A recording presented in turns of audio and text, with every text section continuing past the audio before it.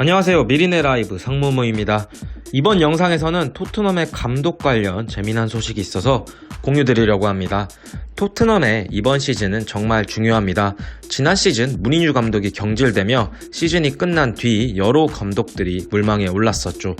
폰세카와 최고의 명장 콘테 감독과의 계약설과 더불어 PSG로 떠났던 포체티노의 복귀설까지 정말로 많은 감독들과 연결되었지만 토트넘의 선택은 무리뉴의 제자 누누 감독이었습니다.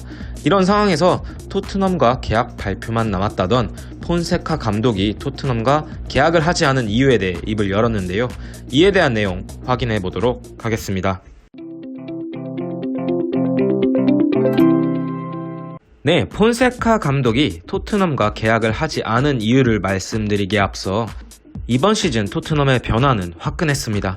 지난 2021 시즌까지 토트넘의 선수단 운영과 영입은 모두 레비 회장의 마음대로였다고 볼 수 있죠. 하나부터 10까지 레비 회장이 원하는 선수들로 채워졌고, 무리뉴 감독 이전 포체티노의 급작스런 경질부터 지난 시즌 무리뉴 감독의 경질까지 이 모든 부분이 레비 회장과의 마찰이 있었다는 소문이 많았었습니다. 그리고 이는 소문이 아니라 사실일 것이라는 추측이 90% 이상이라고 다들 확신하고 있었죠. 이런 레비 회장의 토트넘이 이번 시즌 시작 전 파라티치 단장을 선임했습니다. 파라티치는 유벤투스를 황금기로 이끈 유벤투스의 전 단장이었죠. 이런 엄청난 인물을 토트넘의 단장으로 선임했습니다. 파라티치 단장에 대한 이야기는 저희 미리네 라이브에서 수차례 영상으로 말씀을 드린 적이 있는데요. 간략하게만 다시 한번 말씀드리면 파라티치 단장은 유벤투스를 지난 시즌 인테르가 세리에 A를 우승하기 전까지 2010년대 유벤투스를 네드베드 은퇴 이후 최고의 황금기로 이끈 단장이었습니다. 문어발의 인맥 때문인지 최고의 선수들을 적시적소에 영입했었죠. 그리고 레알 마드리드에서 유벤투스로 호날두를 데려올 수 있었던 것도 파라티치 단장의 업적 중 하나로 평가받았었습니다. 이런 대단한 단장을 이번 시즌 시작 전 토트넘의 레비 회장이 데려왔습니다. 파라티치 단장의 선임과 더불어 레비 회장이 선수단의 운영과 선수단 영입 방출에 대한 전격적인 권한을 파라티치 단장에게 선임했다는 이야기도 있었죠. 그리고 파라티치 단장이 토트넘에 온 이후 토트넘은 폭풍 영입 행보를 보였습니다. 가장 큰 성과는 역시 손흥민의 재계약과 더불어 케인의 잔류라고 볼 수 있는데요.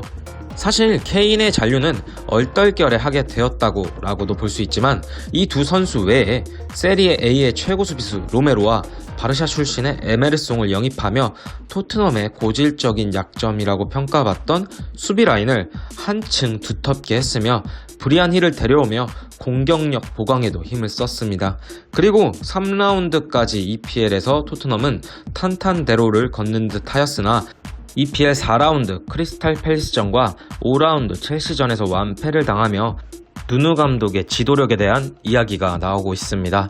이런 상황에서 토트넘과의 계약이 성사되었다고 소문이 들려오던 폰세카 감독이 토트넘의 파라티치 단장 때문에 오지 않았다라는 이야기가 들려오고 있습니다. 영국 매체 텔레그래프는 23일 영국 시각으로 이런 기사를 보도했습니다. 폰세카는 토트넘 합류 직전까지 갔지만 수비 성향의 축구를 원했던 파라티치 단장으로 인하여 무산됐다라고 전했습니다.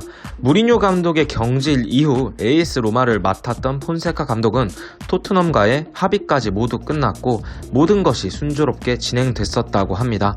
그리고 폰세카 감독은 1-2 시즌을 앞두고 토트넘을 어떻게 운영할 것인지 선수단을 구상할 정도로 토트넘 행을 기정사실화했으나 파라티치 단장이 부임하면서 상황이 180도로 바뀌어버렸다라고 전했습니다. 협상 당시 레비 회장은 토트넘을 공격적인 팀으로 만들어 달라는 요청을 했고 폰세카도 토트넘을 보다 공격적으로 만들 생각이었으나 역시 파라티치의 입김이 거세 폰세카와의 계약이 무산되어 버렸다는 소식입니다. 그리고 폰세카와 파라티치는 결국 의견 충돌로 인해 이전까지 합의 내용은 모두 없던 일이 되어버렸다고 합니다. 그 이후로 파라티치와 레비 그리고 토트넘은 폰세카 대신 수비 성향이 강한 누누 감독을 선택했고 누누 감독이 EPL 3라운드까지는 단 3골만으로 3승 그리고 1골도 실점하지 않으며 파라티치의 선택이 맞는 듯해 보였으나 EPL 4라운드, 5라운드 리그 연패 이후 이 선택이 과연 올바른 선택이었는지에 대해 이야기가 되고 있는 상황입니다. 사실 누누 감독의 경우 울브스에서 스몰 스쿼드를 운영하며 3백으로 수비 축구를 한 게 맞습니다. 울브스에서의 누누 감독은 114경기에서 전반전에 47골, 그리고 후반전에 87골로 후반전에 거의 2배 가까이 많은 골을 넣었고, 상대적으로 강팀이 아닌 울브스이기 때문에 수비 지향적인 축구를 했었을 것이다 라는 이야기도 있었습니다. 왜냐하면 발렌시아에서 보여줬던 누누의 축구는 꽤나 공격적으로 보인다고 평가받는 얘기도 했었으니까요. 하지만 누누의 토트넘은 레길론, 다이어, 로메로, 에메르송이 포백 라인을 기반으로 서긴 하지만 뭔가 공격적이지 않다. 그리고 수비적으로도 EPL 4라운드, 5라운드 경기를 보았을 땐 뭔가 잘 풀어내지 못하는 것 같다고 평가를 받고 있죠. 4라운드와 5라운드에서 무려 도합 5골을 실점했으니까요. 이 부분에서는 누누 감독 자체의 전술적인 문제도 분명 어떤 것들이 문제인지 확인해봐야 할 것이나, 이에 앞서 누누가 수비 축구를 토트넘에서 하고 있는 것 자체가 파라티치의 입김이 작용하고 있을 수도 있다는 저희 미리네 라이브의 조심스러운 예측입니다. 이미 이번 시즌 시작에 주사위는 던져졌고, 이번 시즌 토트넘은 무조건 챔피언스 리그 진출권을 따내기 위해 리그 4위에는 안착해야 하는 상황인 것도 맞으니 누누, 파라티치, 그리고 레비 회장이 6라운드에서는 이전 2라운드와 비교했을 때 다른 토트넘을 다시 한번 보여줘야 할 것입니다. 만약 폰세카가 토트넘의 감독으로 부임하여 누누보다 공격적인 축구를 보여줬으면 축구 중계를 즐겨보시는 시청자 입장에선 분명 볼거리가 늘어나는 것도 사실을 터이지만, 유벤투스가 황금기를 거칠 수 있도록 단장 역할을 했던 파라티치이기 때문에 분명 파라티치, 파버지가 원하는 큰 그림이 있을 것이라고 생각합니다. 그리고 컨퍼런스에서 보여줬던 토트넘의 경기력이 정말 실망스러웠던 것도 사실인데요. 이 부분에 있어서는 선수들의 정신력을 북돋아줄 수 있는 채찍질이 필요할 것으로 보입니다. 한 가지 다행스러운 점은 케인이 점점 살아나고 있고, 손흥민 선수도 A매치 기간 중 당했던 종아리 부상에서 돌아와서 울브스전에서 건재함을 과시했다는 점입니다. 아직 시즌 초반인 만큼 토트넘 선수들이 지난 시즌과는 다른 강력함을 보여줘야 할 것입니다. 물론 선수들만 잘해선 안 되고 상대에 따라 유연하게 변화할 수 있는 전술적인 맞춤도 필요할 테지만요.